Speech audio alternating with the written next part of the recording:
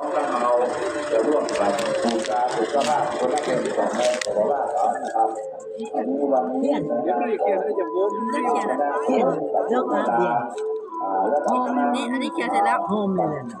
มันหมดที่ว่าโอ้โห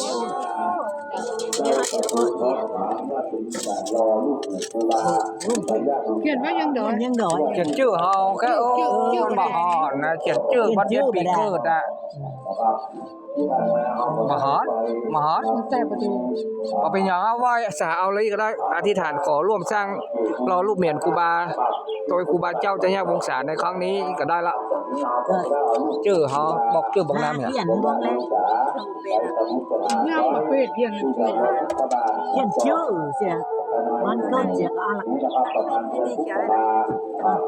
ได้ลูกครูบาจะได้นำไปในบุญสถาน แก้ว วันที่29นี้เอาก็จะไปร่วมยิ่งร่วมใจกันเป็นจะพาติดก็ท่ารอลูกครูบาครับนี่ครับที่จะถึงนี้บางผลการนะครับก็จิ๋วดิ ได้มาบอกคุณ อ่านไหมอ่านก่อนซ่องมันถึงมีเนี่ยมาเป็นซ่องขนาดวันเดือนปีเกิดเนี่ยนะซ่องกลุ่มซ่องหาหมอนว่าอย่างไรนี่ใส่เป็นตาบาดานั่นเนี่ยไม่ขอใจเขียนค่อยเขียนหอมฝากกันไปไม่รวมก็ได้จึงจะเททองหลอกที่เสาเก้าฝากผู้หลงคำฝากรองนายกนี่ก็ได้เขียนดีมหาผมก็มหาละถ้าตู้อย่างนี้